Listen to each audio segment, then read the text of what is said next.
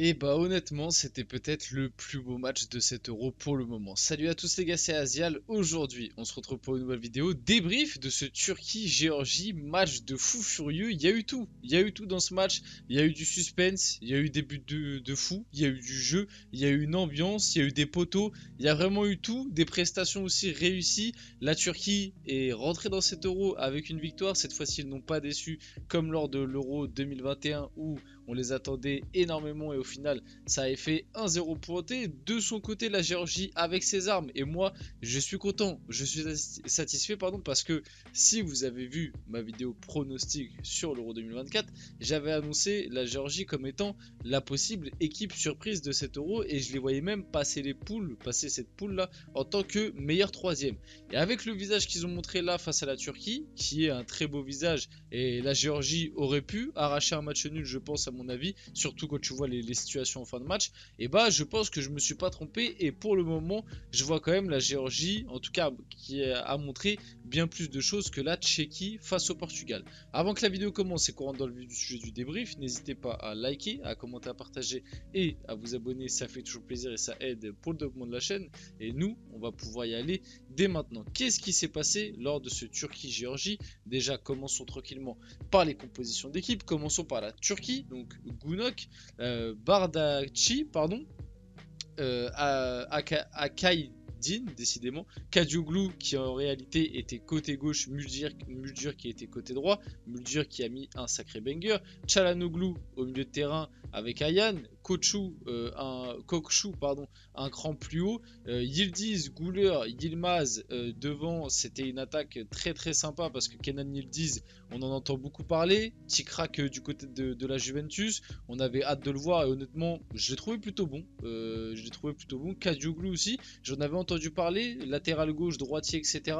J'en avais entendu du bien, et bah pareil, j'ai été agréablement pas surpris du coup parce que on m'en avait dit du bien, mais j'ai été du coup conforté dans ce qu'on m'avait dit, et c'est vrai qu'il a montré un très beau visage, une très belle qualité technique, et il a été bon. Arda Güler, bon, pas besoin de vous le présenter, on va le voir juste après. Le gars a battu des records, notamment un record de CR7 lors de cet Euro.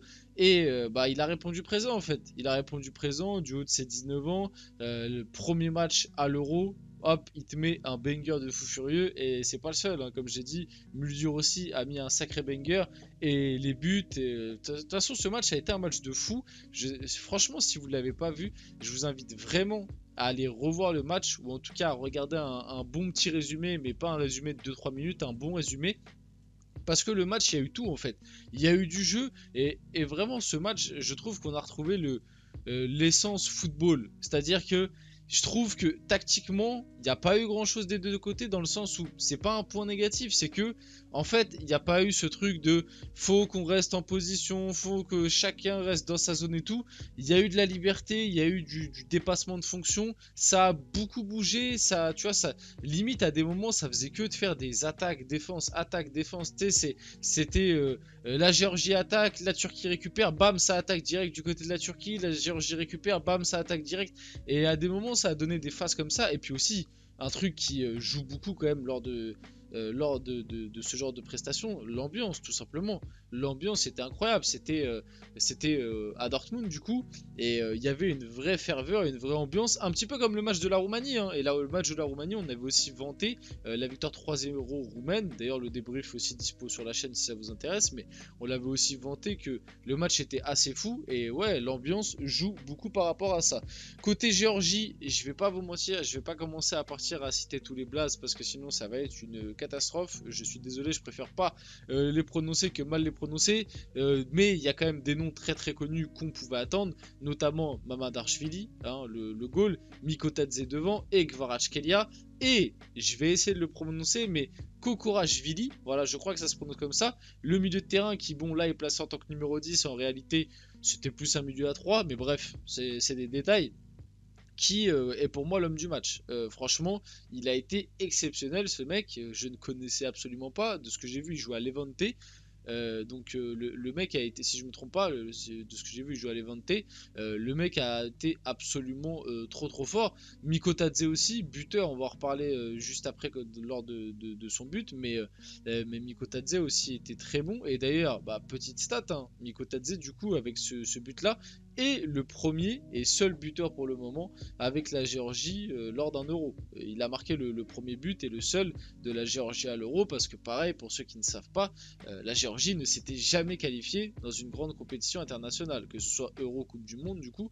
Donc c'est leur première compétition internationale, c'est pour ça que les voir comme petite équipe outsider, c'était quand même un gros risque de ma part, même s'il y a des joueurs de qualité, comme je l'ai dit, les trois que j'ai cités, c'est vraiment les trois gros noms qui ressortent.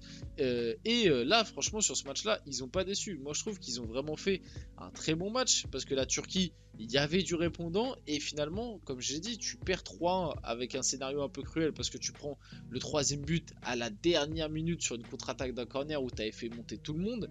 En réalité, c'est plus un 2-1, et comme je l'ai dit, enfin, c'est un 3-1, mais d'ailleurs, j'espère que ce but en fin de match, ils vont pas le regretter par la suite. Mais franchement, sur les 5-10 dernières minutes du match, tu mets le feu à la Turquie, quoi. La Turquie est en panique, tu fais un poteau sur un coup franc, plus un sauvetage sur la ligne juste après, et tu as cette grosse occasion où Kokorashvili et Mikotadze se gênent avec un ballon dans la surface, où les deux se gênent et du coup la frappe finit à côté. Et ouais, c'est des situations que tu dois pas rater. Même Mikotadze en première mi-temps, après avoir marqué son but, il a une grosse occasion qu'il rate, que peut-être il doit mettre. Après, c'est dur de dire ça avec le match qu'il a fait. Mais bref, tout ça pour dire que la Géorgie a vraiment eu des gros spots et franchement méritait mieux, je trouve, que la défaite. Pour moi, le match nul était peut-être le mieux. Parce que surtout côté turc, comme je vous l'ai dit, le troisième but, ça arrive en fin de match parce que la Géorgie a envoyé les chevaux. Et les deux premiers buts turcs qu'on va voir juste maintenant, c'est de bangers en fait. Donc le but bon, même si la Turquie a fait un poteau très rapidement dans le match et que ils ont eu aussi un but hors jeu pour pas grand chose, pour vraiment 1 cm de pied, donc c'est très dur par rapport à ça, mais malgré tout les deux buts turcs c'est deux bangers. La reprise de volée exceptionnelle de Muldur pour ouvrir le score pour la Turquie. Voilà, bon, le screen est peut-être pas le mieux approprié, mais en gros Muldur vite fait qui est juste là, qui met une reprise de volée, on voit la balle partir, la balle est ici et elle va finir pleine lucarne, rien à dire. Magnifique but de la part de Muldur qui a ouvert le score. Comme je vous l'ai dit juste avant, Mikotadze va venir égaliser sur un beau travail justement de Kokorashvili qui va venir travailler sur le côté droit, centré, et Mikotadze va être là. Et comme je dis, il a fait un très bon match. Pour moi, avec Kokorashvili, c'est les deux Géorgiens qui sont sortis du lot parce que Kvaratskhelia a déçu. Kvaratskhelia a énormément déçu et je le surveillais beaucoup. J'en attendais beaucoup parce qu'on le sait, en ce moment, il est quand même pas mal associé au PSG, etc. Donc j'avais quand même ma loupe spécialement sur lui. Alors il a calé des petits ponts, ça c'est clair et net. Il a fait des différences sur un contrat, etc. Même il a aussi apporté du danger pardon, par sa qualité de patte sur les coups de pied arrêtés. Bah, le poteau qu'il fait sur coup franc par exemple en fin de match. Mais tu dois en attendre plus d'un Gvara, tu vois. C'est quand même le mec qui a le plus de valeur marchande sur le terrain là. Tu vois, si tu prends les 22 joueurs, même côté turc, je pense que Gvara est celui qui a le plus de valeur marchande et de hype. Et pourtant, pour moi, il fait pas du tout partie des tops de ce match si tu prends les deux équipes. Comme je l'ai dit, je le mets pas top 3 dans son équipe. Et si tu prends la globalité, je trouve qu'Arda Güler a été plus impactant que lui, même au-delà du but. Même un Kenan Yildiz, je l'ai trouvé très intéressant. Un Çalhanoğlu côté turc a aussi été très bon. Donc tu vois, Gvara c'est décevant, même si bon, on le sait, le contexte de la Géorgie a joué avec ses armes, donc c'est peut-être un peu plus dur pour un joueur comme Gvara de briller.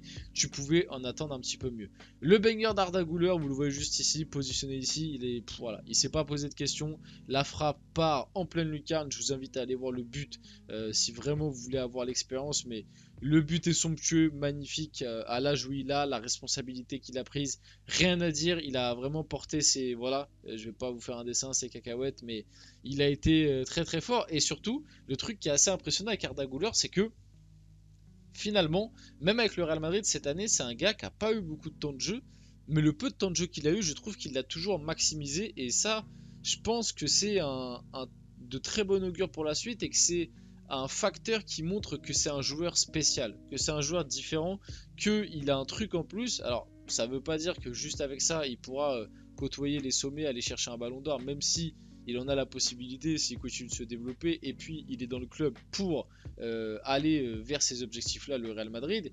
Mais avec le peu de temps de jeu qu'il a et l'âge qu'il a, etc., je trouve qu'il rentabilise très bien les minutes de jeu qu'il a, que ce soit avec la sélection ou la Turquie. D'ailleurs, il a battu des records, plus jeune buteur turc dans une compétition internationale. Il a aussi fait mieux que Cristiano Ronaldo, marqué à ses débuts à l'Euro à 19 ans et 114 jours, alors que Ronaldo c'était 19 ans et 128 jours.